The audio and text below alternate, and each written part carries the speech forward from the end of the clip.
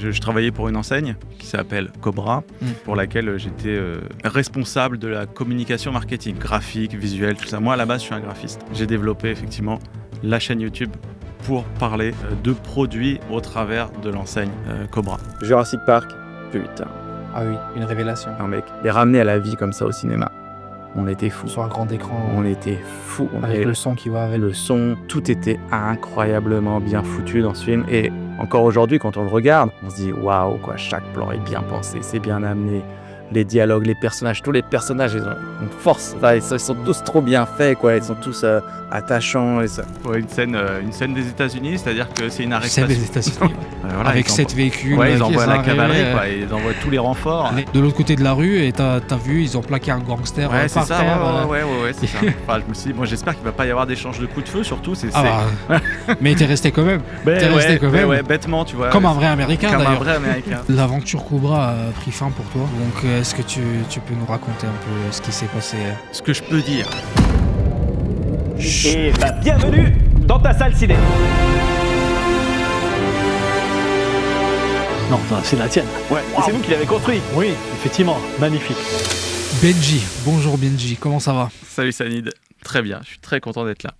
J'allais te dire bienvenue, mais c'est un peu trop tard, ça fait déjà 2 jours que t'es là. Ouais, enfin, en fait je suis arrivé hier. Oui, c'est ton 2e jour aujourd'hui. C'est mon 2e jour, tout à fait, ouais. Alors, ça a été? Bah écoute, j'ai été super bien accueilli par Jean-Paul, par toutes les équipes, et puis ils m'ont éclaté la tête, quoi. Ah bah c'est sûr, c'est la première fois que tu es chez nous, alors qu'est-ce que tu as fait de beau? On m'a présenté donc les setups de cinglés là, qui sont mis en place dans vos différents showrooms, enfin dans vos différents espaces dans lesquels voilà, vous avez mis en place des configs de malades. Et ouais, j'ai clairement pris ma claque, et vous êtes une équipe de kiffeurs, quoi. Ah, c'est sûr. Donc, tu as rencontré un peu tout le monde, je suppose. Tu as eu l'occasion d'échanger un peu avec les équipes. Tout à fait, ouais. D'aller voir l'atelier. Ouais, j'ai vu l'atelier. Alors, il n'y avait personne dans l'atelier. Oui, voilà, ils étaient tous sur des chantiers, oui. Alors, qu'est-ce que ça dit quand on voit un peu derrière les coulisses où les salles de cinéma sont fabriquées avec les machines, les outils Ah, ça fait rêver. Ça fait rêver, c'est un peu le monde du spectacle, quoi, du décor, et voilà, on voit un petit peu toutes les fabrications. Jean-Paul, il m'a montré toute une salle de ciné en pièces détachées, en fait, voilà, qui est prête à être livrée. Oui. Bah oui. Et ouais, c'est trop cool, quoi. C'est un peu magique, et de se dire qu'au final, voilà, une fois construit, on arrive à des trucs comme ça. Voilà, c'est ce que tu t'es imaginé, ou c'est différent, ou c'était comment? T'avais quelque chose en tête? Non, en fait, j'avais pas grand-chose en tête. Je suis venu en mode comme ça, carte blanche. Oui. Qu'est-ce qu'on va me présenter? Voilà, j'ai découvert complètement MyCiné. MyCiné, en fait, je l'ai découvert au PAVS avec la salle Blackstorm. Il y avait eu voilà, tout un gros appui marketing là sur les réseaux sociaux avec la salle et tout machin. Et je me disais, waouh, ça a l'air mortel ce truc. Et effectivement, c'était mortel. Et voilà, donc là je suis invité, et ça me fait vraiment plaisir du coup de découvrir cet univers qui finalement est pas très loin de ce que je fais, mais qui est à un autre niveau, quoi. Là on est sur du matériel quasi pro, voilà, pour faire des salles dédiées. C'est vraiment un truc de ouf, quoi. Oui, c'est dans le même monde, mais une autre discipline, on va voilà, dire. C'est ça, exactement. Une autre catégorie, quoi. Oui, c'est sûr. Donc, tu as pu regarder quelques extraits, je suppose. Tu as fait quoi? Ici, on m'a mis Furiosa. Et ouais, j'ai pris ma claque visuelle et auditive. Vraiment, je pensais pas, tu vois, qu'on puisse avoir un tel rendu avec un projecteur. Après, voilà, vous m'avez envoyé le Freya dans la Twitch. Waouh, quoi. C'est vrai, ouais. On comprend, en fait. Du coup, tu te dis, ok, le truc est énorme, le truc est super haut de gamme. Et oui, effectivement, il va plus loin, quoi. Il nous offre un rendu de dingue, quoi. Ouais, Furiosa dans cette salle, c'est quelque chose. Et même Cédric, oui, il le disait aussi quand il a calibré. Il n'a jamais vu ça, en fait. Quand on voit une image comme ça, en plus, dans une salle confortable, bien traitée, on met un film qui excelle dans la qualité de l'image, du son. Donc oui, c'est énorme. T'as aussi vu le salon et la petite salon aussi? C'est ça, j'ai bien vu. Alors, le salon, excellent, du coup, de mettre en scène notre façon de mettre une grande image, hein, avec le téléviseur TCL à 115 pouces de dingue, et en plus avec toute la configuration sonore au plafond. J'ai été assez surpris et puis finalement, ça marche même super bien. J'ai pu m'entretenir un petit peu avec le TCL, là, que j'essaierai de partager un test sur la chaîne d'ailleurs, grâce à vous, donc merci. Et pendant les petits extraits, il y avait donc le système son qui se mettait en route. Putain, c'est mortel, quoi. C'est marrant, mortel. La petite salle en haut.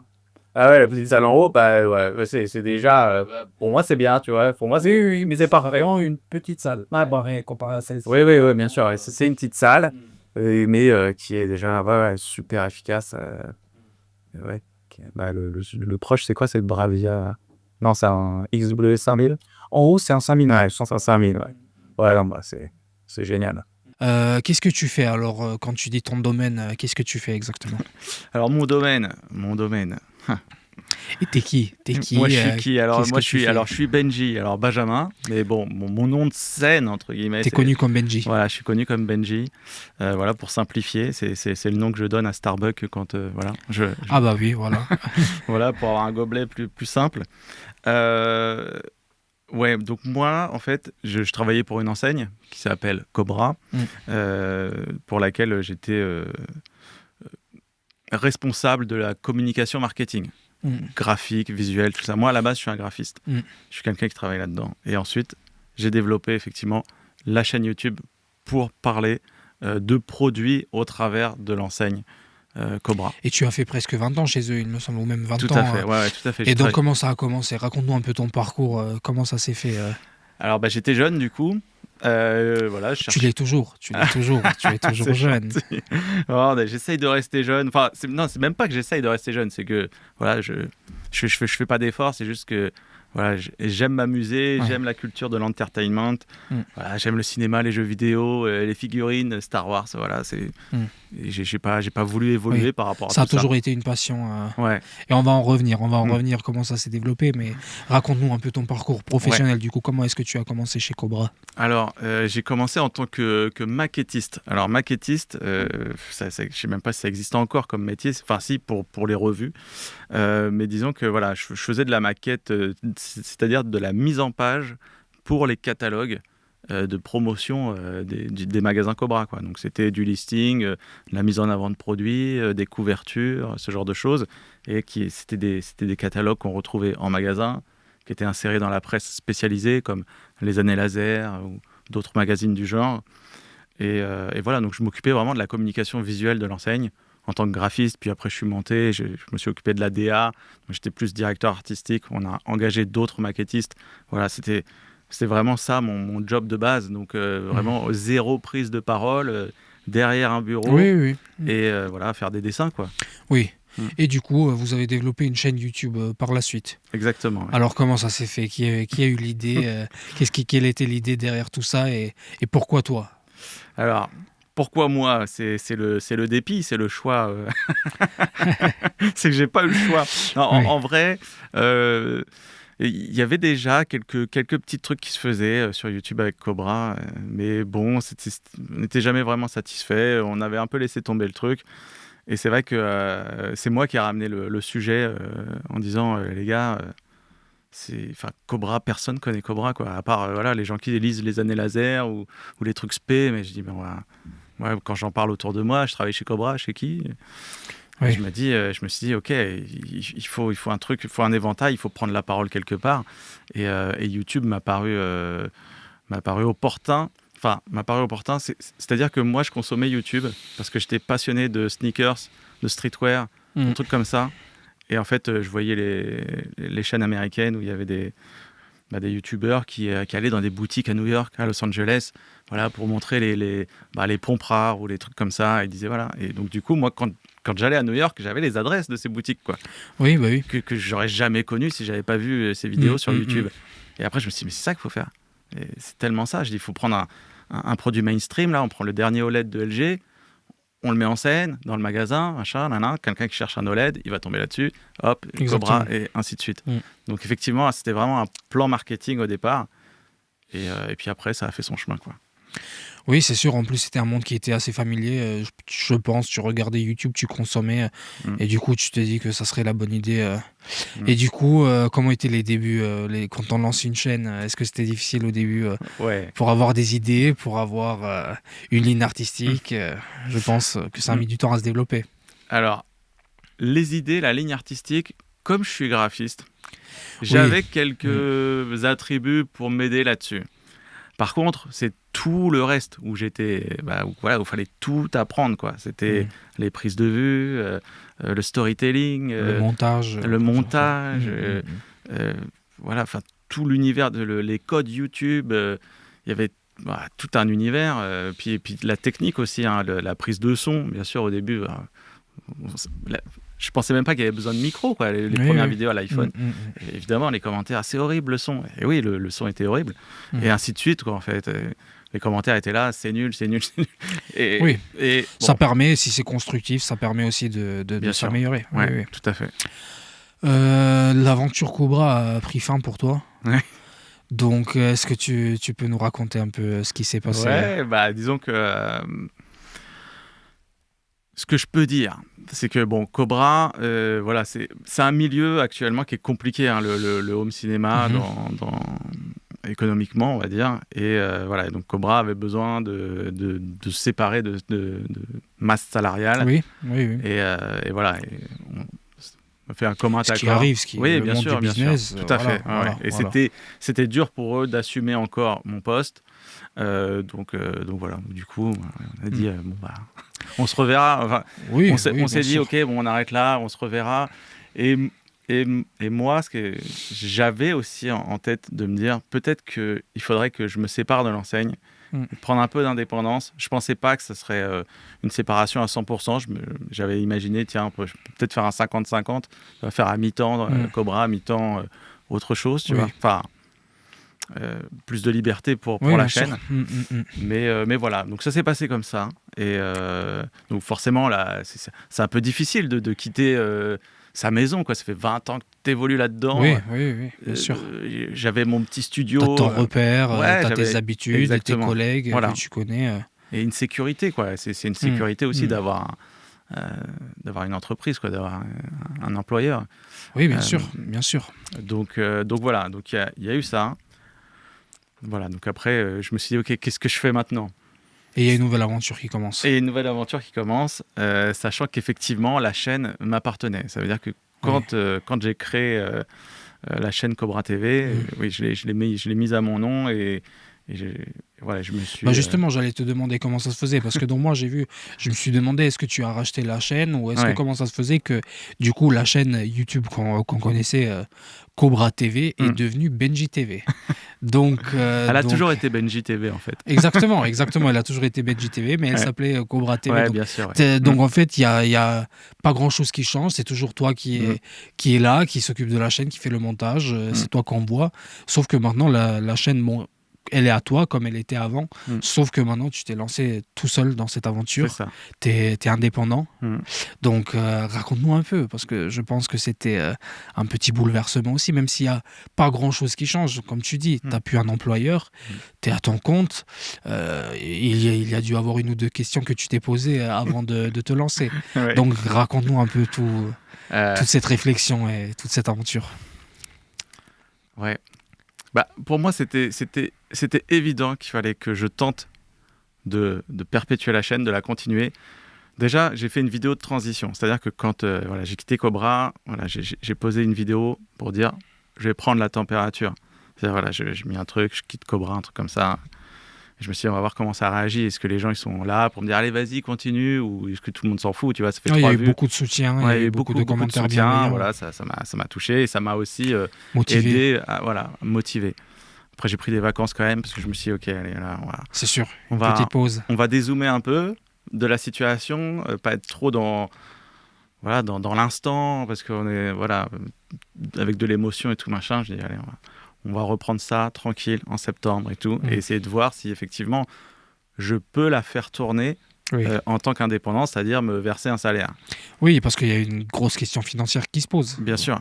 Là, parce que là, avant le business model, c'était faire la pub pour une enseigne Mm. qui, elle, gagnait de l'argent, qui te payait. Aujourd'hui, comment tu fais? Tu dois avoir des sponsors, Ouais. tu dois présenter des produits. Donc, raconte-nous un peu comment ça se passe avec Mm. l'argent ces premiers mois. Est-ce que ça fonctionne pour l'instant? Alors, je vais pas tirer de conclusion. C'est trop tôt. Ouais, c'est un peu trop tôt, en fait, pour me dire si le business plan, il est viable ou non. Mm. Je pense qu'il y a vraiment moyen d'en vivre. Oui. Maintenant, là, je suis tout seul. Et en fait, c'est toute l'organisation. C'est d'ailleurs pour ça qu'il y a eu un peu moins d'activité entre septembre à novembre, parce que c'est extrêmement dur de s'organiser tout seul, de se faire livrer des produits, de les installer, de les tester, de les filmer, d'écrire la review, et puis ensuite de se filmer en train de faire cette review, puis la monter. Donc c'est vrai que chaque vidéo, c'est énormément de taf. Oui, bien sûr. Bien sûr. Et pour gagner de l'argent, c'est pas YouTube qui va me Oui, payer, bien clairement. sûr, bien sûr. Oui. Vu le nombre de vues que je fais, on est entre 300 et 500 000 vues par mois, donc voilà, ça peut rapporter. Ce qui est respectable, hein, sauf que quand on connaît YouTube, en ce qui concerne les revenus YouTube, ça suffit pas du tout Non. pour pouvoir en vivre. Exactement. Donc, des partenariats, des collaborations, C'est ça. des présentations de produits. Hein. C'est ça. Donc là, effectivement, j'essaye de mettre en place des partenariats avec des marques avec lesquelles j'ai eu l'habitude de travailler auparavant. Certaines sont OK, certaines non. Mais voilà, je commence. Enfin là, pour le mois pour l'année en cours là, oui, j'ai quelques contrats qui ont été signés. Je dois réaliser des vidéos tests de leurs produits. Alors bien sûr, on peut se dire ouais, mais alors attends, si t'es payé, comment ça va se passer quoi? Tu donnes toujours ton avis objectif. Exactement. Après, voilà, l'idée, donc, c'est ça, c'est que le deal qui est fait avec les marques, et de toute façon, c'est ce que j'ai toujours fait sur que ce soit Cobra TV, Benji TV, j'ai toujours été, on va dire, des reviews enthousiastes. Ça veut dire que quand bien même il y a des choses mauvaises à dire, je vais les dire. Mais je vais pas les dire avec bienveillance. Oui, voilà, exactement. Je vais pas défoncer le truc. C'est quand même trop nul qu'il fasse pas ça, tu vois. Je vais dire attention. Ceux qui attendent ça, ça ne le fait pas. Exactement. Voilà. Et c'est tout. Et donc oui, les marques te payent pour un test, pas pour un bon avis. Donc toi, je pense que c'est très clair dès le début. Tu dis que tu vas le tester, tu vas donner ton avis honnête, objectif, et puis voilà, c'est un business model d'ailleurs comme beaucoup de youtubeurs l'ont, que ce soit dans la tech ou ailleurs. Donc très bien. Bah écoute, laisse-moi être le premier qui te félicite déjà pour les 50 000 abonnés, puisque tu es tout prêt, et puis quand cette vidéo sortira, bah tu les auras déjà atteints. Donc bravo, on te souhaite les 100 000 et la petite plaque YouTube très très rapidement. Et bon courage pour le reste de ton aventure. Et puis surtout on te souhaite de pouvoir en vivre, comme tu l'as fait depuis 20 ans maintenant, même si c'est en étant indépendant maintenant. Et puis voilà, bravo pour ça. Je pense que c'est pas facile de se lancer tout seul. Je pense que on se pose quelques questions. Il y a un peu de peur et un peu de crainte qui va avec tout ça. Il a dû y avoir une ou deux nuits où tu as dormi un peu moins parce que tu as cogité, mais bravo. En tout cas, c'était très courageux de reprendre la chaîne tout seul et de se lancer dans une belle aventure. Merci, ça me touche. Les dernières vidéos, il y a eu un paquet de vidéos qui sont sorties des États-Unis. Tu étais aux États-Unis, donc raconte-nous un peu. Ça a été comment? Tu étais où exactement? Qu'est-ce que tu as fait? Et comment ça s'est passé? Ouais, alors, typiquement, tu parlais de peur. Là, j'ai eu peur. Ah bah oui. Là, j'ai eu peur. Là, typiquement, donc j'ai souhaité couvrir donc, le CES de Las Vegas, qui est le salon technologique le plus gigantesque de l'année et du monde, dans lequel est présenté pour la première fois, en fait, les nouveaux modèles des plus grands fabricants de téléviseurs, étant donné que c'est principalement c'est ton monde, c'est un peu mon monde. Oui. Je me suis dit, ok, il faut que j'y sois, il faut que je le tente. Là, comme je suis en essai, enfin, pour moi, je suis en essai là, pour la Benji TV, quoi. Je ne sais pas si dans un an, je serai encore là. Mais je me dis, là, j'investis. J'investis pour la chaîne, j'y vais. Exactement. Ça me fait kiffer en plus. All in. Ouais, voilà, all in. Voilà. C'est exactement ça. Voilà. Et j'y avais été déjà l'année dernière avec Cobra en backup, donc Oui, en bien mode sûr. plus safe. Mais ça m'avait permis déjà de repérer les lieux, de savoir un petit peu où j'allais mettre les pieds. Donc cette année, j'y suis allé en mode solo, voilà, j'ai réservé mes billets d'avion. Mon Airbnb, je suis retourné au même endroit que j'avais réservé l'année dernière. J'ai envoyé un petit message à l'américain, je lui ai dit ouais, je reviens et tout. Il m'a dit ouais, c'est bon, je te garde la chambre et tout. Le mec était trop cool. Et oui, donc j'ai choisi Airbnb justement chez une personne, enfin dans une famille, pour avoir un peu de chaleur, pas me retrouver seul dans un hôtel le soir, un truc tout froid. Voilà, j'avais besoin de ce truc de réconfort un petit peu. Le côté humain. Ouais, quand tu rentres du salon, que t'es éclaté. Ils sont là, des fois ils ont fait à manger. Tu veux un truc D'accord. C'était bon au moins. Ce que t'as chez mangé. eux, oui, chez eux c'était bon parce qu'ils faisaient des vegetables, tu vois, donc des légumes, tout ça. Alors que c'est vrai que en général tu trouves que du gras, quoi, des pizzas, des burgers, des machins. Ça change un peu par rapport à la France. C'est ça. Donc dis-nous ce que tu as vu un peu, ce que tu as pu tester. Donc j'ai réussi à bien m'organiser au niveau de mon planning auprès des marques. Donc là en fait j'ai senti de la confiance de la part des marques et de la reconnaissance aussi, puisque certaines sans même que je les appelle, en fait ils m'ont sollicité direct. Ils m'ont dit tiens Benji, là chez Samsung on t'invite, c'est 2 jours avant le CES, tu vas avoir un accès VIP aux produits et tout. Je dis ah putain, c'est mortel. J'ai même pas eu besoin de les appeler pour leur demander si c'était possible.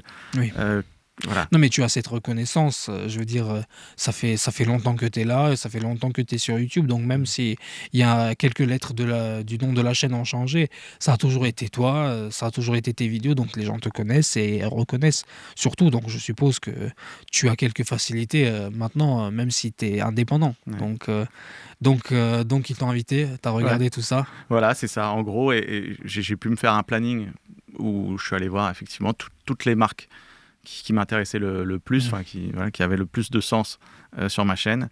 Et voilà. Donc, j'ai pas fini encore tous mes montages, tous mes dérushs. Je sais pas si je pourrais. Quelques vidéos. Je sais pas si je pourrais partager tout, parce qu'en fait là j'ai un planning qui arrive d'autres de tests justement que j'ai en partenariat. Donc je vais évidemment prioriser plutôt les partenariats qui me rapportent de l'argent que les vidéos. Parce qu'il faut payer un loyer, il faut manger un peu de temps en temps. Donc oui, c'est sûr. Non mais c'est sûr, nickel, t'as bien aimé. Alors les États-Unis, t'aimes bien les États-Unis généralement ouais, je suis un gros fan. Je suis un gros fanboy des États-Unis. Alors en prenant de l'âge, comme beaucoup de cinéphiles, moi je pense, c'est un peu avec tous les films, avec Hollywood qui nous a matrixé. Je pense qu'on est beaucoup. Tout à fait, la plupart des cinéphiles aiment bien les États-Unis. Et c'est quelque chose de spécial quand tu t'y rends là-bas. C'est ça. Tu te plonges en fait dans l'univers créatif qui a participé à tous ces films en fait. Tu vois. Bien sûr. Tous ces réalisateurs là qui nous proposent des trucs sur grand écran, eux en fait leur background, leur référence, c'est leur environnement. C'est ça, exactement. Et en fait, tu arrives dans leur environnement qui a généré les films. Et donc, du coup, tu as plein de trucs. Tu fais, mais c'est comme dans. Enfin, c'est juste que c'est eux, ils ont fait comme dans leur vie. Mais toi, tous les trucs que tu vois, c'est comme dans tel film, c'est comme dans tel film. Et c'est un peu magique. Et j'ai la même sensation aussi, parce que je suis aussi... j'étais aussi fan de manga. Je suis vraiment né dans la période Club Dorothée, donc à fond les mangas, et puis les années 80, 90, le cinéma américain dans toute sa splendeur. Oui, bien sûr. Donc j'ai toutes ces références culturelles qui sont vraiment ancrées en moi, et c'est vrai que ces pays-là, que ce soit les États-Unis ou le Japon, quand tu y vas, tu rentres dans les références, quoi, et c'est mortel. Oui, en plus, tu as eu droit à une scène d'action en direct. J'ai vu sur ton Instagram. D'ailleurs, on mettra tous les liens dans la description, que ce soit ta chaîne YouTube, ton Instagram et tout ça. Mais j'ai vu sur tes stories que tu as regardé une scène très spectaculaire en direct que tu nous as filmé. Donc, raconte-nous un peu ce qui s'est passé. Ouais, non, mais pour une scène des États-unis, c'est-à-dire que c'est une arrestation. Scène des États-Unis, ouais. c'est une arrestation, et une arrestation pour arrêter un véhicule. Avec 7 véhicules. Ils envoient la cavalerie, quoi, ils envoient tous les renforts. Les SUV de la police. Ouais. Donc, qu'est-ce que ça t'a fait? C'était pas de toi, du coup, t'étais de l'autre côté de la rue et t'as vu, ils ont plaqué un gangster par terre. Ouais, c'est ça. C'était impressionnant, je Ouais, suppose. bah, surtout, je me suis dit, bon, j'espère qu'il va pas y avoir d'échange de coups de feu, surtout. Mais t'es resté quand même. Ben, T'es resté quand même. ouais, bêtement, tu vois. Comme un vrai Américain, Comme un d'ailleurs. vrai Américain. Ça veut dire qu'à chaque fois que tu vois des vidéos où tu te dis, putain, mais le mec est con, Il filmé. est con, il filme et ça pourrait tirer. Ouais, Bah, toi, t'étais là, voilà, t'as c'est filmé. ça. T'es Voilà. pas parti. Je Donc, me suis dit, tiens. c'est peut-être l'ambiance, c'est l'air qui fait ça, c'est l'eau que tu vois, peut-être. Mais ouais, c'était spectaculaire de voir, je pense. Et très intéressant, surtout. Bah voilà, ça c'était mon quartier, du coup, loin du strip. Le strip, c'est là où il y a tous les hôtels. Moi, bon, bah voilà, j'étais un peu excentré pour payer un peu moins cher parce que bon, voilà, j'étais en mode low budget. J'ai vraiment Ouais. essayé d'optimiser les coûts de ce voyage. Et donc voilà, mon Airbnb, il était à 30 minutes à pied du Convention Center, qui est la salle des expos. Et voilà, donc c'était un quartier résidentiel plutôt cool, mais c'est vrai qu'on traversait des zones un peu grises. Ouais, bah oui, c'est sûr. Benji, on va se prendre 10 secondes pour jouer à un petit jeu si tu veux. Vas-y. Moi, je vais te donner 4 lettres. C'est une abréviation. Ok, Et toi, tu vas me dire si ça te dit quelque chose. D'accord? ok. C'est très facile. D'accord? Vas-y. Donc, C, Q, T, M. Est-ce que ça te dit quelque chose? Énorme, ouais, ça y est. Ah, Oui, tu j'ai connais. bugué sur le moment. Et après, C'est venu. oui, ça y est, je sais où tu veux en venir. Et je suis content que tu m'en parles. Ah bah, moi aussi, ça me fait plaisir de t'en parler. Donc, dis-nous ce que c'est. Un épisode. Et puis voilà. Un épisode, mais dis-nous ce que c'est. Alors, CQTM, c'est quoi ton matos? Exactement. Ah là là, énorme. Tu as bien préparé ton truc. Ah oui, j'ai fait mes recherches. C'est quoi ton matos? Ah mais ça c'était ça faisait partie des concepts. Tu vois, comme je te dis, je manquais pas d'idées moi. Je manque jamais d'idées. Mon problème c'est le temps. C'est le temps et la réalisation des trucs et voilà. Oui. Alors donc c'est quoi ton matos? Je me suis dit ok, j'ai un concept, ça va être mortel. On se rend dans des salles de ciné de ouf. Et voilà, on essaie d'expliquer c'est quoi le matos et puis on essaye de faire les liens avec le matos qu'on retrouve dans les magasins Oui, Cobra. bien sûr. Et donc j'avais un pote que je connaissais qui avait sa salle, qui était assez loin, mais bon, je me disais, bref, je l'appelle, je lui dis putain, ça te dirait de présenter ta salle? Et lui, en fait, il est hyper. Attends, là, il va falloir m'aider pour le mot. Timide, Non. timide, Tu sais, il veut que tu enlèves tes chaussures. excentrique un peu. Non, tu sais, non, tu sais, faut faire attention à tout ce que tu touches. Maniaque. Ouais, voilà. Ouais, c'est ça. maniaque, oui. Et lui, il est ultra maniaque, tu vois. Et c'est genre, il me dit, ouais, mais écoute, je veux bien te montrer ma salle, mais tu sais, je suis super maniaque Ouais. et tout. Je dis, mais t'en fais pas, je vais vraiment faire super gaffe, machin. Tu vois, tu rentres dans sa salle, t'enlèves tes chaussures, tu mets des chaussons d'hôpitaux, tu vois. Oui. D'accord. Et donc, je vais visiter sa salle, on tourne le truc et tout, et je fais, putain, c'est génial, tu vois. C'est exactement le format que j'aime, tu vois. On entre dans ta passion. Et puis, donc, lui, on se connaissait parce que, en fait, on partageait la passion des figurines et des Oui, produits dérivés. Il en avait plein. Voilà. Oui. Donc, on se connaissait à la base autour de ça. Puis, lui, il a créé sa salle de ciné. Et je me suis dit, OK, on va faire un sujet là-dessus. Et voilà, et ça a été le premier et dernier sujet. Oui, bah, le dernier pour l'instant peut-être. Donc en fait, moi, je suis allé voir tes playlists. Donc moi, j'ai vu qu'il y avait une playlist qui s'appelait C'est quoi ton matos? Il y a une vidéo dedans et franchement, c'était ma playlist préférée. Moi, je me suis dit, moi, j'aimerais bien voir beaucoup de vidéos comme ça. Donc pourquoi ça s'est arrêté? Parce que je suppose qu'il fallait trouver les gens, fallait voyager, ça a pris du temps, c'est une grosse vidéo, gros montage. Je suppose que c'est à cause de tout ça. Mais c'est une vidéo qui avait fonctionné à l'époque, qui a fait dans les 50 000 vues à peu près, c'est ce qui est respectable. Donc, Bah, à l'époque, la chaîne, elle avait quoi, 10 000 abonnés peut-être? Même pas, je sais même pas quoi. Donc c'était. Ah bon, déjà, parce que c'était quoi la 6e vidéo de la Ah chaîne? ouais, donc elle avait qui pas est 10 en 000 ligne. abonnés. Ah ouais, donc elle Ouais, avait non, pas. je pense Non, pas, je ouais, pense ouais. qu'elle avait pas. Donc, Oui, ouais. oui. Je Donc pense que c'était- c'est une vidéo qui a marché au fur et à Oui, mesure. voilà. Ouais, mais en fait, c'était celle qui avait le plus cartonné dès le départ. Et c'est vrai que c'était un concept que j'ai présenté aux dirigeants de Cobra. Je leur ai dit, regardez, c'est ça qu'il faut faire. Ça, c'est mortel. Trouvez-moi des. Je dis, Oui. vous travaillez bien avec des installateurs, vous avez bien des salles, machin Oui, et tout. oui. Mettez-moi en relation et tu vois, on essaye de. Oui. Puis bon, ça c'est. Ben voilà, il fallait toujours pousser. Je suis bon.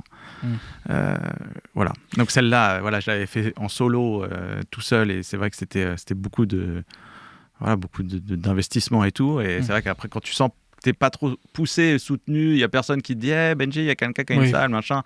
Moi, voilà, je proposais des trucs. Après, les gars, rattrapez la balle et on joue ensemble. Mais bon, là, voilà, la balle n'a pas été rattrapée.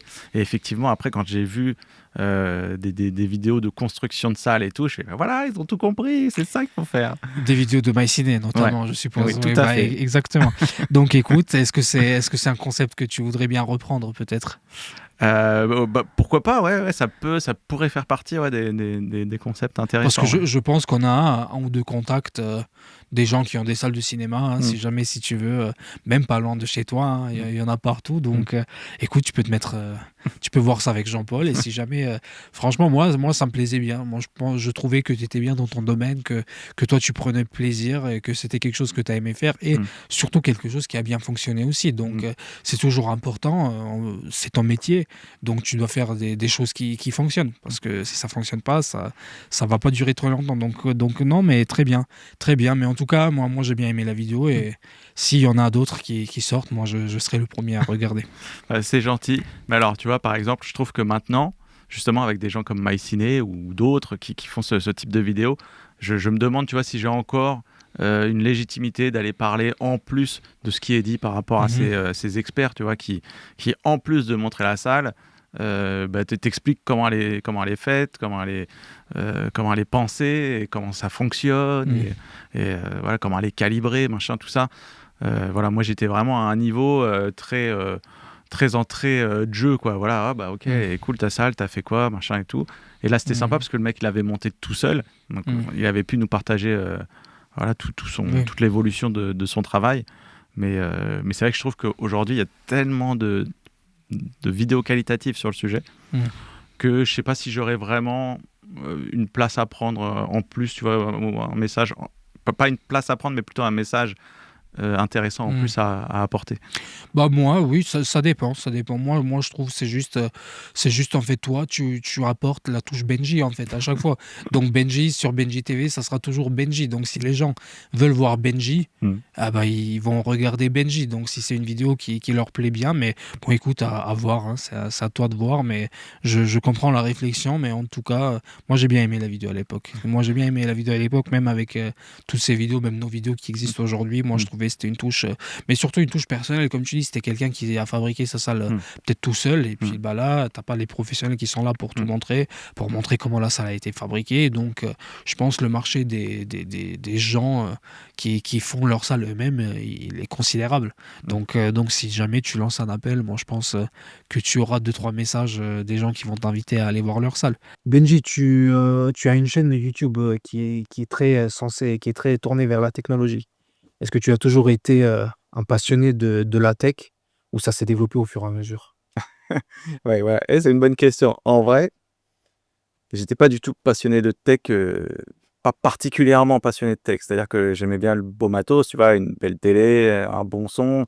Je fais attention aux marques, ce genre de choses, mais des deep reviews, tu vois, comprendre pourquoi le télé Sony ou Panasonic, machin, ils sont meilleurs que des télés qui coûtent moins cher. J'étais incapable de te raconter ça, moi. Donc, surtout que à la base, comme j'expliquais, j'étais graphiste. Voilà, j'ai jamais été journaliste tech, testeur, ce genre de choses. Donc, en fait, il a vraiment fallu, pour devenir légitime en fait sur YouTube, que je me forme et que j'apprenne à faire des tests. Et pour ça, je suis allé voir ce que faisaient les Américains, les Anglais, sur leur channel, et j'ai découvert un monde en fait, et je me suis dit attends, mais de quoi ils parlent, quoi. Je me suis dit, mais c'est quoi ce truc? Oui, on peut pousser le truc très loin. C'est ça. Ouais. Et en même temps je me dis mais c'est super intéressant, et je me suis dit mais c'est ça que je veux enfin, c'est là où je dois aller, tu vois. Je me dis ok, ils ont tout compris, c'est ça qu'il faut faire. C'est pas juste allumer la télé, mais regardez, elle s'allume, tu vois. Oui, merci. Ouais, elle est lumineuse, machin. Non, les mecs sont là, ils ont des mesures, ils ont des trucs, ils ont des référentiels, ils ont plein de trucs. Et ouais, du coup, j'ai dû me spécialiser autour de ça, comprendre tout cet univers. Et c'est pour ça qu'il y a des gens comme Justin pour le son, Cédric Louis pour l'image, Oui. même les labos DxOMark aussi, hein, ils ont des ingés display, donc pour mesurer les images et tout, qui m'ont permis d'aborder ces sujets-là avec un petit peu plus de spécialité. Oui. Voilà, donc ouais, donc j'ai vraiment appris à parler de tout ça avec YouTube au fur et à mesure, quoi. C'est difficile de se former dans tout ça, de pousser, le truc très loin. Comment on fait pour se former? À part comme tu dis, bah, si tu rencontres quelqu'un comme Justin, comme Cédric Louis, mais comment on fait, les Américains peut-être sur YouTube, sur internet, on trouve aussi des choses pour aller très loin dans le sujet. En fait, c'est comme tout, quoi. Tu deviens forgeron en forgeron, je sais pas quoi. Disons que c'est à force de faire, ouais, c'est à force de faire. J'ai eu la chance que mon employeur, il m'ait laissé débuter de zéro, quoi. C'est-à-dire monter le truc, monter ma montagne, enfin voilà, faire mon truc, me former en fait. Il m'a laissé me former, me casser les dents sur pas mal de sujets. Et voilà, et comme moi, ouais, j'aime bien les trucs bien faits. J'ai rarement été satisfait de mon boulot. Encore aujourd'hui, je suis toujours là à me dire merde, machin et tout. Mais Perfectionniste. ouais, j'essaie. Voilà. Et il y avait énormément de travail pour améliorer le contenu, que ce soit l'aspect, le format, quoi, le visuel, la technique, le son, l'image, et aussi le contenu. C'est-à-dire, voilà, qu'est-ce qu'on va raconter et la façon dont on va raconter et le timing, quoi. Voilà. C'est des questions que je me pose toujours encore aujourd'hui. Il y a rien de figé. Je suis toujours en train de me dire, OK, là, il va peut-être falloir que j'arrête de dire, je sais pas moi, bienvenue sur la chaîne. Je me dis ça, on s'en fout. Tu vois, plein de trucs comme ça. Je me dis, OK, peut-être voilà, faire évoluer ça, quoi. Et en plus avec, du coup, ton ancien employeur, Cobra, tu avais énormément de matériel à disposition Oui. que tu pouvais tester, ou tu pouvais faire, des comparaisons. Donc je suppose que ça, c'était un grand plus, Ouais. dans tout ça. Ouais, c'est vrai, ça c'était une énorme facilité, un énorme avantage. Ça veut dire que voilà, dès que j'avais besoin d'un référentiel en télé, bah, j'allais le chercher dans le magasin. Je mettais les 2 téléviseurs côte à côte et en plus, je trouvais que c'était le meilleur moyen d'illustrer une technologie, quoi. C'est de dire, voilà, ça c'est celle d'avant, voilà celle d'aujourd'hui. Pourquoi elle est mieux? Voilà, je suis en mesure de vous le montrer, et en plus, j'ai des mesures de la part de spécialistes. Alors moi j'aime bien la tech aussi, mais moi j'aime le rendu de la tech, en fait. Moi j'aime ce que la tech nous permet d'avoir, l'image, le son, mais, moi je pousse pas le truc aussi loin que toi. Donc moi je m'intéresse pas à chaque dernier détail, et moi je me facilite la vie, en fait. Moi c'est l'équipe MyCiné qui me conseille, qui me dit, comment faire, quoi faire. Moi à la fin le rendu, moi je peux regarder un film dans des très, très bonnes conditions, et moi ça me suffit. Mais il y a beaucoup de gens apparemment qui sont plutôt comme toi, puisque tu as quand même, comme on disait, 50 000 abonnés, et donc on voit bien qu'il y a un marché, en fait, qu'il y a une demande. Parce que pour une chaîne, qui est aussi technique que la tienne, c'est quand même beaucoup, beaucoup d'abonnés, on peut dire. Donc on voit qu'il y a beaucoup de gens qui commencent à s'intéresser, Ouais, ouais, je trouve ça intéressant justement et encourageant de voir que, voilà, les gens, commencent à se questionner un petit peu plus et à être un peu plus, demandeurs, quoi, ouais, de techniques autour des produits, et pas juste, des annonceurs. Parce que c'est vrai que les youtubeurs à l'époque, quand moi j'ai commencé YouTube, je regardais ce qui se faisait du coup, et en France, c'était beaucoup des annonceurs. C'était un peu le marché, quoi. C'était: «Oh regardez, c'est super, c'est ceci, c'est cela». Et c'est vrai que c'est plus en regardant les médias américains où je me dis: «Ah ouais, non mais attends, ils font pas du ça, quoi». Ils sont en mode ultra posé, machin et tout. Et du coup, après, voilà, je suis allé chercher mon style. Je me suis inspiré d'eux, et après, je me suis dit: «OK, maintenant, on va ajouter ma personnalité là-dedans, sinon je vais pas m'amuser». Et, heu, et voilà. Et pour proposer mon format avec un certain niveau de technicité qui me semble suffisant, parce qu'il y a des Américains qui vont encore plus loin, ou des Anglais qui vont encore plus loin que ce que je propose. Et en vrai de vrai, moi, je suis plutôt comme toi. Dans la vie, je me prends pas la tête, je suis plutôt pareil sur le rendu, sur l'émotion. L'émotion, elle passe, je suis content, je vais pas aller décortiquer chaque truc. Mais je comprends que le public qui regarde ce type de vidéo ont besoin de ce genre d'infos et de technicité. Je veux dire, sinon ils vont rien apprendre, quoi, sur les vidéos. Ils vont juste avoir la fiche technique qui est dite avec enthousiasme par un youtubeur. Donc voilà, donc effectivement, je me ouais, je me «force» entre guillemets, enfin je me dis, «OK, on va aller chercher plus de trucs», et c'est toujours en plus intéressant à faire. Mais Mais sinon, de base, en tant que consommateur, non, je vais pas aussi loin dans les reviews.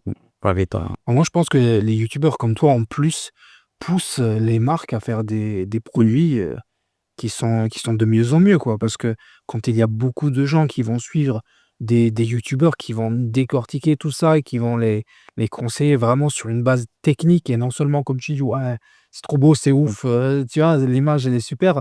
Mais quand on pousse le truc très loin et on voit qu'il y a de plus en plus de gens, bon, ok, toi, tu as 50 000, mais aux États-Unis, il y a des gens qui ont encore beaucoup plus d'abonnés. Et 1 million. Ouais, voilà, donc c'est vraiment, il y a des youtubeurs tech qui rentrent en profondeur, qui sont très suivis. Donc, moi, je pense que ça pousse aussi, ça pousse le marché à exceller, en Bien fait, sûr, à ouais. s'améliorer. Benji, donc, tu avais mentionné le PAVS que tu as fait avec ton ami Justin. Tout à fait. Donc, raconte-nous un peu. Raconte-nous un peu. Le PAVS ou Justin? Bah, le PAVS et Justin aussi, comme tu veux. Donc, raconte-nous un peu comment ça s'est passé. Alors, écoute, je vais commencer avec Justin. Parce que Justin, c'est vraiment une histoire incroyable.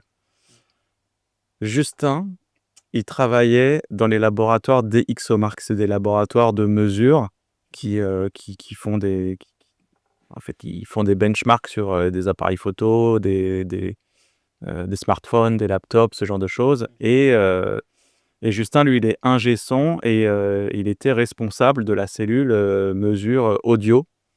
Et en fait, ils avaient tout un protocole de test pour les enceintes avec une salle semi-anéchoïque. Donc, c'est des salles avec des dièdres, machin, pour amortir toutes les résonances et mesurer très précisément les réponses en fréquence des produits.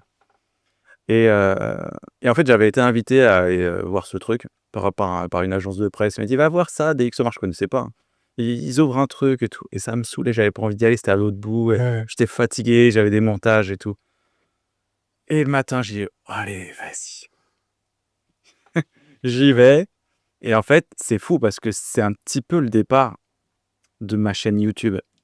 Parce que avec eux, j'ai lancé l'appartement Cobra, qui était pour moi le vrai départ. C'est à partir de là où j'ai dit, ok, là, je m'investis. Je charte le concept et je fais un vrai truc, quoi. Et j'essaye d'amener des vraies choses avec des mesures et tout. Et donc, eux, ils m'ont accompagné pour la première, donc avec Justin et ses équipes, où voilà, on avait mesuré une Devialet Phantom 2. Ouais, c'est ça la petite. Et en fait, voilà, tout a commencé avec ça. Et je me suis dit, putain, là, c'est bon, là, on a un truc sérieux. On a des mesures, on a des machins, des trucs. On a des experts avec nous qui nous font les. J'ai dit, bon, voilà, ça y est, on peut commencer à vraiment faire des vidéos intéressantes. Et donc, voilà. Donc, à chaque fois que j'avais des produits son, j'appelais Justin, DxOMark, on faisait ça. Le problème, c'est que DxOMark, ils n'ont pas réussi à monétiser, entre guillemets, leur expertise sur les enceintes voilà, connectées, machin. Et donc, du coup, ils ont fermé ça. Ils ont fermé, hop, ils ont mis la salle anéchoïque à la poubelle, quoi. Un truc de fou.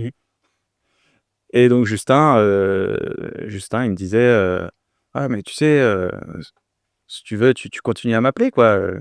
Je dis, ouais, t'es sérieux? Je dis, bah, carrément, moi, je suis trop chaud, quoi. D'accord. Et du coup, voilà, donc maintenant, à chaque fois qu'effectivement, je fais un produit son, une barre de son, un paire d'enceintes, Oui, il vient. Il bah, j'essaie, je l'appelle et s'il est dispo, il vient. analyse. Bien sûr, ouais. Lui, c'est l'expert. Moi, je suis le show, voilà, le passionné, celui qui fait l'entertainment.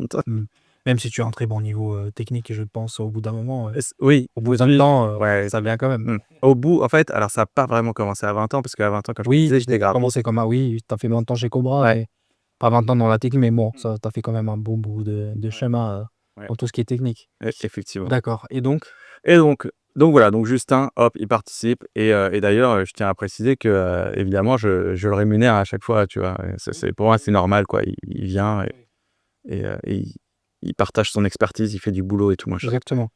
Et donc, du coup, c'est lui qui m'a dit, ça te dit, on va au PAVS, tous les deux, on fait un truc vlog et tout, machin. Je dis, bon, ok.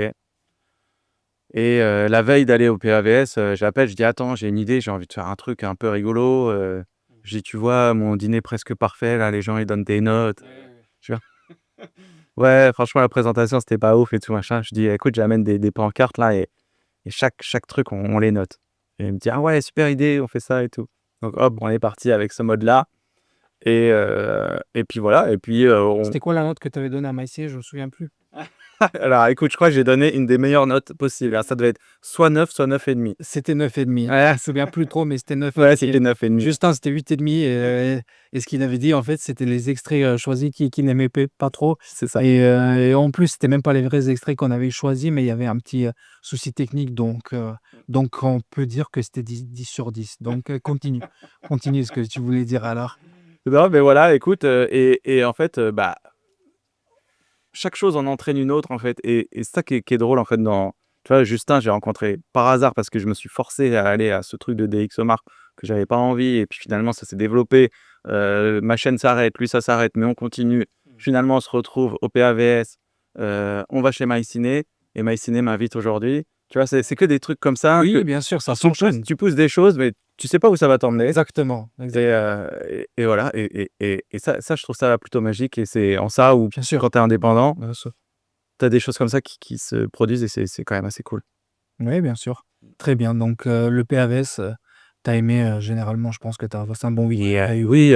Tu as fait quelques vidéos qui ont bien fonctionné aussi. En fait, ouais, en fait, on n'y allait que un jour. Et ouais, non, c'était une très bonne expérience. Et puis, c'est un monde que j'apprécie. Et c'est vrai que la hi-fi, c'est un domaine dans lequel je prends de plus en plus de plaisir. Et voir, c'est un domaine dans lequel je prends le plus de plaisir aujourd'hui à découvrir cet univers. C'est l'infini, en fait, quoi, la hi-fi. Et il y a tellement de manières de la consommer, de la construire, quoi, autour de systèmes. Enfin, tu vois, des systèmes, c'est tellement des trucs de fou. Et ça va te générer différentes émotions en fonction de comment c'est produit. Et je trouve ça vraiment super intéressant. Et en plus, c'est un truc que j'ai... Enfin, tu vois, c'est un peu déconstruit, mais mon père, il écoutait de la hi-fi. Ouais. Il avait sa chaîne, il avait sa platine, il avait ses enceintes. Et moi, je sais pas pourquoi, à un moment donné, j'ai dû oublier que ça existait, ça. Tu vois, et j'ai écouté du son sur une petite Marshall. Et j'avais l'impression que c'était bien, tu vois. Enfin, j'avais l'impression que c'était... Voilà, c'était ça, c'était cool. Et après, quand tu reviens là-dedans, tu te dis, attends, mais non. Mais attends, mais c'est fou, là. Je me suis lobotomisé. Ça veut dire que je sais plus c'est quoi le bon son. Je sais plus c'est quoi une écoute en stéréo. Je sais plus... Et en fait, tu redécouvres tout ça et tu te dis, waouh, mais c'est un délire, quoi. Oui, bien sûr. Bien sûr, donc, tant qu'on y est, je te pose la question. Streaming ou support physique? Encore en vidéo ou en musique? Les deux, mais moi, ce qui m'intéresse surtout, c'est en vidéo. Donc, moi, les films... Alors, si je suis en mode... Difficile, hein? Ouais, Difficile, c'est difficile parce que le streaming, c'est quand même un accès ultra simple, ultra simplifié. En fait, il y a deux types de consommation, c'est vrai. Il y a vraiment deux types de consommation, que ce soit la musique ou les films. Il y a le mode cérémonial où c'est le support physique. Et là, l'œuvre, j'ai envie de dire, tu la respectes. C'est-à-dire que tu vas mettre le truc et tu vas tout couper. Le streaming, Ouais. tu respectes moins le truc. T'es là, t'es à moitié sur ton tel, t'es à moitié sur d'autres trucs. Tu sors, tu respectes beaucoup moins le travail et tu plonges beaucoup moins dans l'œuvre que lorsque, effectivement, tu mets ta galette, ton disque, ton truc, et là, tu lances et tu as juste envie que tout soit nickel pour profiter de l'instant, quoi. Bon, en dehors de la qualité en soi, comme tu dis, il y a quelque chose de cérémonial. En fait, quand tu sors un steelbook, un beau steelbook avec un Blu-ray 4K dedans. Mais donc oui, c'est une chose, mais moi, c'est surtout la qualité. En fait, moi, dans mon salon ciné, il y a très, très rarement du streaming, en fait. Après, le streaming, je consomme tous les jours des choses qui sont streamées, en fait. Le soir, au lit, on regarde quelque chose, c'est toujours du streaming. Mais quand on regarde un film, c'est toujours un Blu-ray. C'est toujours un Blu-ray. Quand on se pose au salon pour regarder un film, il y a quelque chose de très, très spécial. Comme tu dis, c'est différent. C'est différent et on respecte l'œuvre un peu plus quand même. Et on la possède surtout aussi. C'est quelque chose, même si c'est pas important pour tout le monde, mais on la possède. On sait qu'elle est là, peu importe ce qui se passe. Même s'il y a une coupure d'internet, même si on n'a plus d'internet à la maison, on peut regarder notre film qu'on a dans la vidéothèque. Donc oui, moi, c'est très, très Blu-ray, en fait. Raconte-nous un peu ta passion du cinéma et surtout comment ça s'est développé. Ou tout simplement, ma question préférée, quel a été le premier film que tu as regardé au cinéma? Le premier film que j'ai regardé au cinéma, alors là, Ouais, Un des premiers ou le premier qui t'a marqué. ouais, je pense que. Alors, un des premiers, ça devait être Bambi de Disney. Je pense que ça. Ouais, ça devait être ça. Mais il t'a marqué. Ouais, il m'avait marqué. Ouais, Mm. il m'avait marqué, mais ça, c'est vraiment des brides de souvenirs parce que j'avais vraiment dû le voir extrêmement petit. Après, dans les films qui m'ont le plus choqué au cinéma, voilà, ceux que je suis allé voir 3 fois, tu vois, ceux que je suis allé voir Oui, 3 fois au oui, cinéma. oui, oui. Jurassic Park, Oui. putain, Ah oui, une révélation. un mec, c'était, bah déjà avec mon frère, tu vois, bah, déjà on aimait les dinosaures, machin, mais là les ramener à la vie comme ça au cinéma, on était fous, Sur un grand écran, on était fous, on avec avait le son qui va avec. le son, tout était incroyablement bien foutu dans ce film, et encore aujourd'hui quand on le regarde, on se dit waouh quoi, chaque plan est bien pensé, c'est bien amené, les dialogues, les personnages, tous les personnages ils ont une force, enfin, ils sont tous trop bien faits quoi, ils sont tous attachants, et ça, c'est incroyable, et il y a toute cette découverte et ce côté un peu masqué, tu vois, le dinosaure, est-ce qu'on va le voir, est-ce qu'on va pas le voir, tu vois, c'est pas le truc d'avalanche d'effets spéciaux, tiens on va te mettre 10 tyrannosaures dans l'image, tu vois, tu vois, un truc, une sorte de pornographie d'image où tu es là, tu n'apprécies plus rien. Là, vraiment, tu es en mode teasing comme ça. Et quand tu l'aperçois, waouh, Ah ouais, il y a quelque chose. c'est génial. Ouais, ça, c'est un film, voilà, 3 fois. Et voilà. Un film qui t'a marqué. Et tu as tout de suite ressenti que ça y est, tu as retrouvé ce que tu aimes, tu as retrouvé quelque chose qui va te suivre tout au long de ta vie, ou c'était la consommation au début et ça s'est transformé en passion plus tard. Ah non, non, non, j'étais déjà passionné. C'est péqué. Non, j'étais déjà passionné parce que, ouais, déjà, j'ai baigné dans les Star Wars, mais ça, voilà, donc ça, je les ai découverts à la télé parce que j'étais trop petit quand c'était passé au ciné. Tu vois que tu es jeune.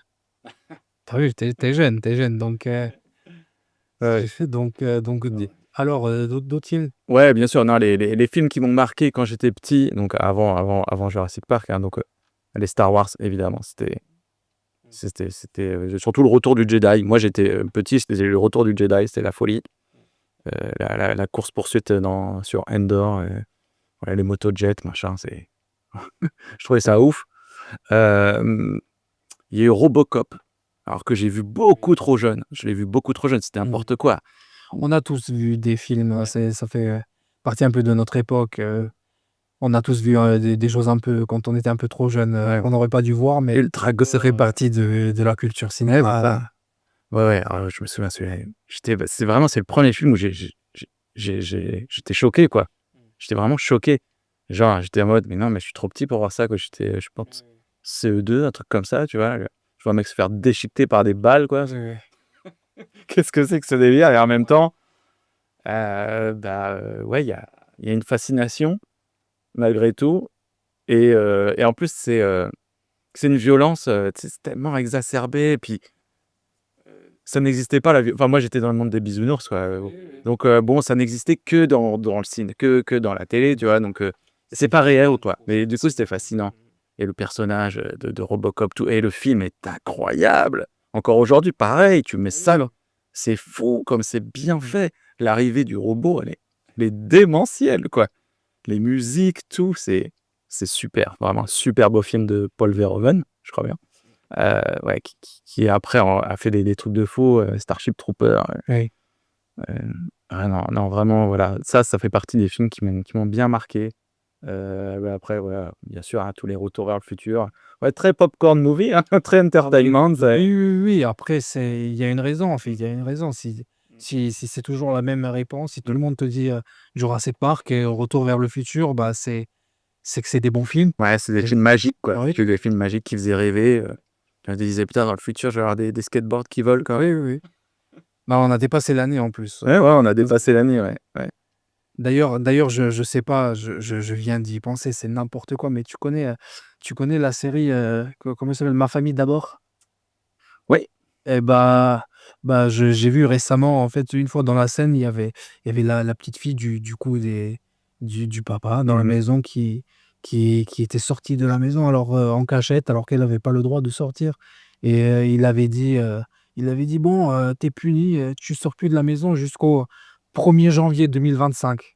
Les gens, ils ont fêté sur Internet récemment la libération de la petite, puisqu'on y est arrivé. On y est arrivé en 2025. Et c'était la même chose un peu avec Retour vers le futur, quand on a atteint la date qui était marquée, hein, la date, la fameuse.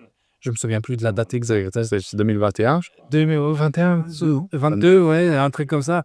Mais en tout cas, beaucoup de gens étaient déçus quand ils ont dit, bon, là, on n'a pas de skateboard et puis qui volent alors qu'on y est. Mais oui, c'est sûr que c'est des films qui ont changé le monde. Et c'est des films qui ont changé le monde. Toi, tu as des acteurs, des réalisateurs préférés ou pas? Alors, George Lucas, je trouve pas que ce soit un super bon réal, mais bon, il sait quand même super bien s'entourer. Et puis, pour le génie créatif, donc voilà. Euh, Nolan, évidemment. Oui.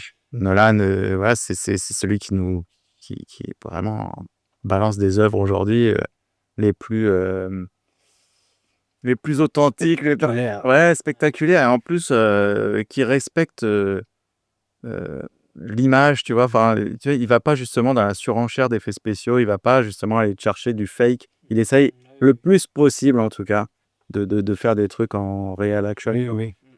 Donc, et ça se voit en fait. Et c'est vrai que ça, c'est les effets spéciaux qu'on avait aussi à l'époque avec les Star Wars, tout ça, machin. C'était des maquettes, c'était des choses physiques, quoi. C'était des choses palpables qui aujourd'hui, même avec les meilleurs effets spéciaux du monde, t'as pas ce même rendu, quoi. T'as pas ce rendu des vaisseaux, t'as pas cette sensation hein, de pouvoir les toucher. Oui, bien sûr. Et voilà, donc Nolan, ouais, j'apprécie particulièrement déjà pour ça, parce qu'ensuite, de sa façon dont il tourne, enfin, avec ses pellicules en IMAX, en machin, ça fait des images de dingue.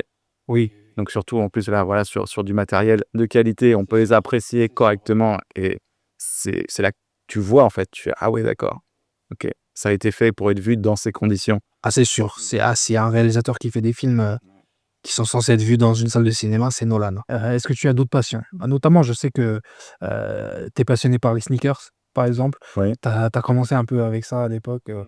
Donc, raconte-nous un peu. Alors, ouais, j'étais passionné enfin, j'ai toujours eu un attrait à, tu vois, la mode. Et effectivement, donc quand j'étais très jeune, je faisais du breakdance, tu vois. Ah oui? Ouais. Oh, faut nous montrer après. Ah ouais, non, c'est fini ça. C'est fini. Non, vraiment, ouais, Ça, c'était avant. ouais, ça c'était avant, c'était vraiment avant. Mais du coup, ouais, il y avait tous ces codes hip-hop, tout ça, machin, qui me plaisaient vachement. Et j'ai toujours gardé cet attrait vers. Et puis la culture américaine aussi. C'est un peu lié tout ça. Oui, bien sûr, bien sûr. Et, Dance, hip-hop, je suppose. Du coup, la musique, je sais à peu près ce que tu écoutes alors. C'est ça? ouais. Et du coup, c'est vrai que ouais, j'aimais bien les baskets et tout quand j'allais aux États-Unis.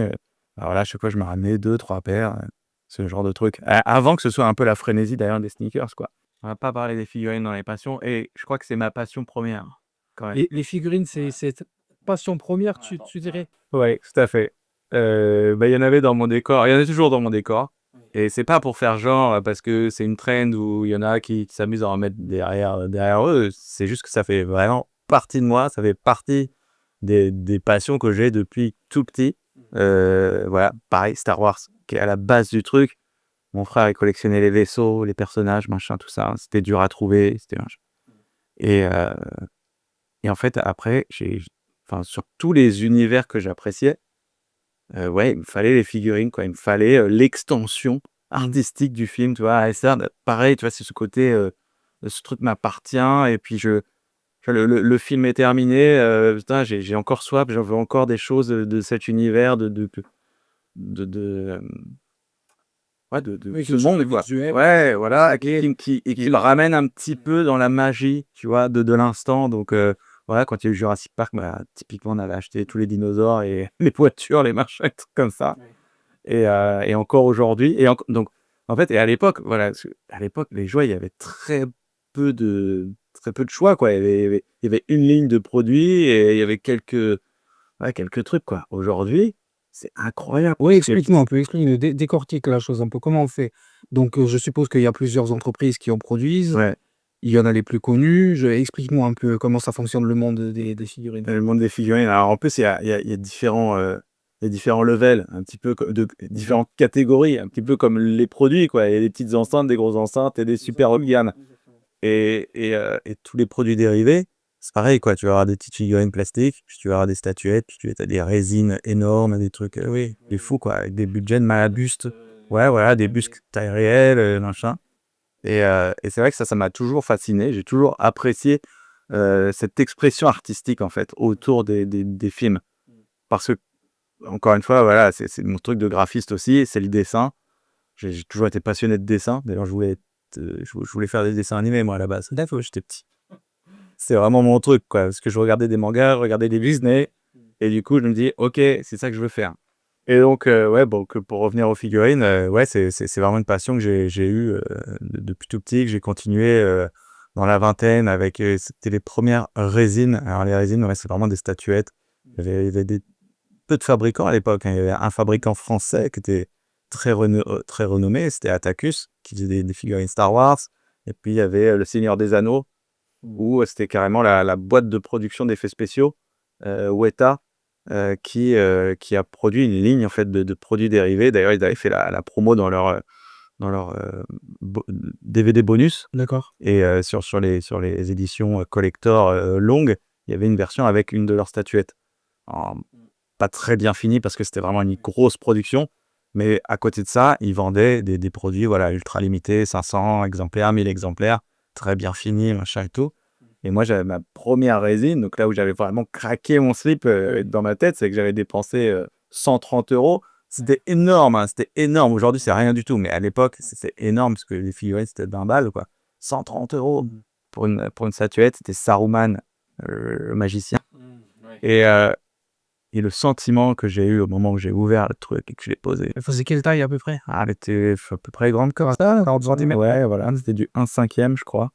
1/6, 1/6. D'accord. Et putain, c'était magique. Ouais. Ouais, j'étais là, oh, ça déchire. Mm. Et ça y est, j'étais piqué. J'étais repiqué par ce monde-là. Oui. Et je suis parti là-dedans. J'avais une collection de statues du Seigneur des Anneaux, mais ça n'avait aucun sens. Ouais. Et voilà, après, pareil, hein, c'est comme toutes mes passions, il y a une bulle, et puis après, c'est redescendu. Tu as quoi comme installation chez toi pour regarder un petit film? Bah écoute, moi, c'est relativement simple. Et en plus, ça a été mis à jour assez récemment, finalement. Donc, il faut savoir que chez moi, c'est un peu, tu sais, le cordonnier le plus mal chaussé, là.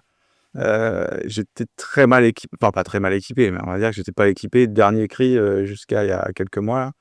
C'est-à-dire que j'avais juste un télé Samsung 55 pouces, rétroéclairage LED. C'était un des premiers avec boîtier déporté. D'accord. Et donc voilà, et le truc, c'est qu'à chaque fois, moi, que je recevais des nouveaux téléviseurs, je dis putain, c'est celui-là que je vais m'acheter. Après, l'autre, il arrive, ah non, en fait, non, je vais prendre celui-là. Oui, c'est sûr que surtout dans ton domaine, quand tu les vois tous, tu les testes, donc Mais ouais, ils sont tous bien, quoi. Enfin, c'est à choisir. ouais, c'est très difficile. Et ils ont tous un petit truc en plus ou en moins, mais ils ont toujours un petit truc à raconter. Tu dis, ah ouais, ça c'est pas mal. Ah, il va pas ça. Ah, bah, ouais. Bref, donc voilà. Donc, comment je suis équipé aujourd'hui? Bah écoute, Samsung OLED S95C de 2023. Donc, celui qui a remporté mon battle de téléviseur. Donc voilà, je reste cohérent quand même. Mais oui. Voilà. Et mais après, j'aurais pu, franchement, tout le monde me dit je suis pro Samsung et tout, pas du tout. Je m'en fous complètement de Samsung, vraiment. Enfin, Oui, pas 50 prix, donc c'est pas la marque qui non, c'est c'est la qualité du ouais, voilà, la qualité est là, donc voilà, j'ai rien à dire, quoi. Donc voilà. Et pour le son, j'ai une Sennheiser Ambeo Plus avec le caisson Ambeo Sub. Voilà. Et c'est très bien. Ça me suffit amplement, en fait. Bon, tout est très bien en fait. Et tant qu'on passe un bon moment, on prend du plaisir à regarder quelque chose. Après, c'est sûr que le matériel, ça peut améliorer le truc au fur et à mesure, mais Bien c'est sûr. pas le plus important. En fait, il faut prendre quelque chose qui est adapté à ta pièce et adapté à tes besoins, quoi. Et moi, typiquement, c'est adapté à ma pièce et à mes besoins. Ok, bah très bien. Benji, tu rentres quand? Ce soir ou demain? Non, ce soir. Ce soir? Je te souhaite une bonne route. Rentre bien, merci d'être venu. Ça m'a fait plaisir de te rencontrer pour une première fois, de passer un petit moment ensemble et je te souhaite bon courage par la suite. Merci beaucoup, Bonne Sani. continuation, Benji. Merci. À la prochaine. Salut.